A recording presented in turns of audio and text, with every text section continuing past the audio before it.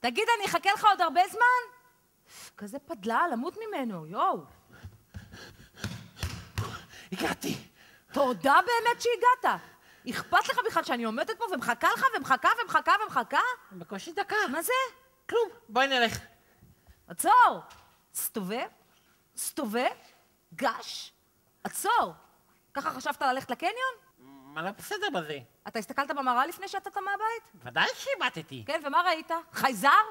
מה זה התאמת צבעים הזאת? מה זה הכובע של סבתא שלי? תגיד לי, זה מה שלימדתי אותך? אני מאוד מצטערת. אי אפשר ללכת ככה לקניון. אין סיכוי שאתה תעבור את הבדיקות הביטחוניות. אז ללכת להחליף? ושעוד פעם אני אחכה לך פה, לא תודה. אנחנו כבר נסתדר, נחביא אותך איכשהו. אז נלך. כמה כסף הבאת? מה זה? עצור! סתובב, סתובב, עמוד. ומה זה בדיוק אכפת לך? דוחף את האף שלו, מישהו ביקש ממך להתערב? לא, פשוט חשבתי... מה עשית?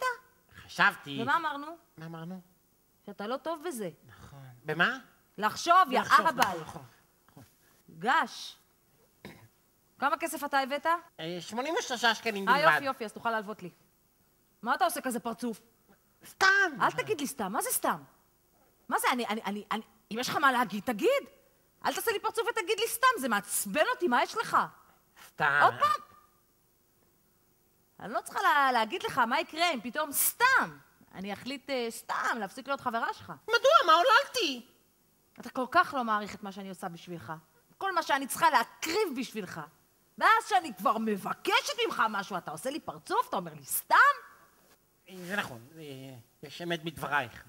למרות שאת יודעת, את לא השבת את 35 שקלים שלווית ממני לפני כשבוע. אני אמרתי לך להזכיר לי, לא אמרתי לך...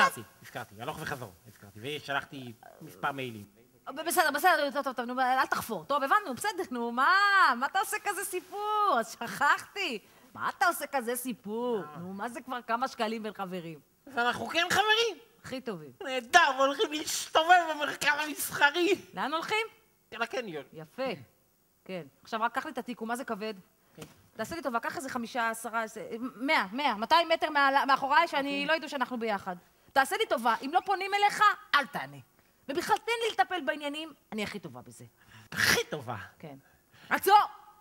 עצור, עצור, עצור, עצור, עצור, עצור. גש!